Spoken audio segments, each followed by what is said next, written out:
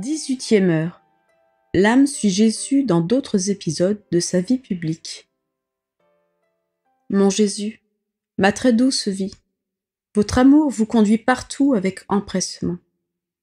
Appelé à ressusciter une jeune fille, vous ne refusez pas. Prenant sa main dans la vôtre, vous la ramenez à la vie. En lui demandant de se lever, vous dites « La fille n'est pas morte, mais endormie ».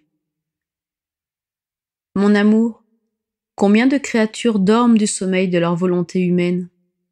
Je veux alors que mon « je vous aime » coule dans l'action que vous faites en ramenant cette jeune fille à la vie, pour vous demander de ramener ces créatures à la vie de votre volonté souveraine.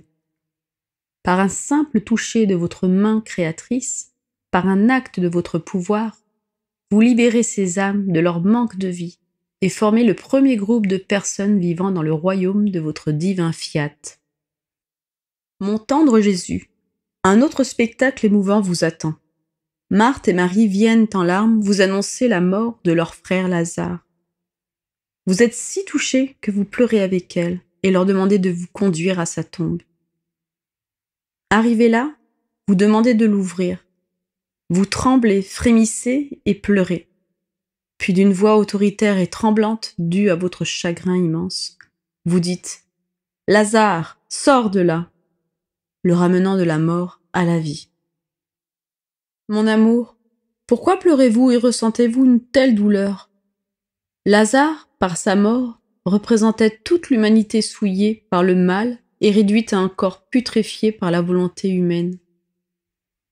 Oh oui, vie de mon cœur, je veux pleurer avec vous dans chacune de vos paroles. Ajoutez-y mes « je vous aime » et mon « je vous adore ». De cette manière, je vais vous persuader de répéter à chaque âme ce que vous avez dit à Lazare. Sors du tombeau de ta volonté humaine et viens à la vie de ma divine volonté.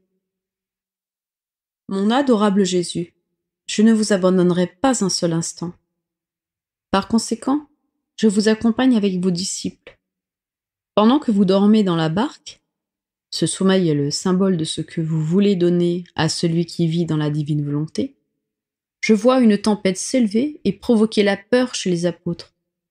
Vous réveillant, ils crient « Maître, sauve-nous, nous périssons !» Mon Jésus, cette tempête symbolise de façon frappante la terrible tempête que la volonté humaine provoque. En soulevant ces vagues rugissantes dans la mer de la vie, elle menace de nous faire périr. Avec mon « je vous aime », je me joins aux apôtres pour vous implorer « Maître, sauve-nous, nous allons périr ». Avec la même autorité que vous avez pour calmer le vent dans la tempête apaisée, commandez aujourd'hui à la tempête de la volonté humaine de se calmer et réconciliez notre volonté avec la vôtre pour nous faire reposer en sécurité dans les bras de votre fiat suprême. Mon cher bien-aimé, je vois que vous vous dirigez vers Jérusalem.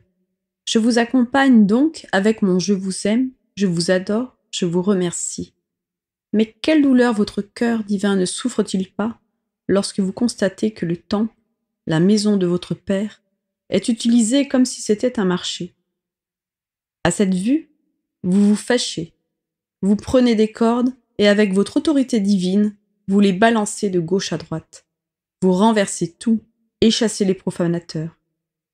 Il n'y a aucune opposition à votre action et tout le monde s'enfuit. Mon Jésus, j'entoure ces cordes de mon « je vous aime » pour vous demander de les utiliser encore pour faire sortir de nos volontés humaines ce qui ose profaner votre temple divin que sont nos âmes. Abaissez-les, ces volontés, si vous le voulez bien, afin qu'elles n'osent plus dominer les âmes, mais qu'elles se soumettent entièrement à votre divine volonté.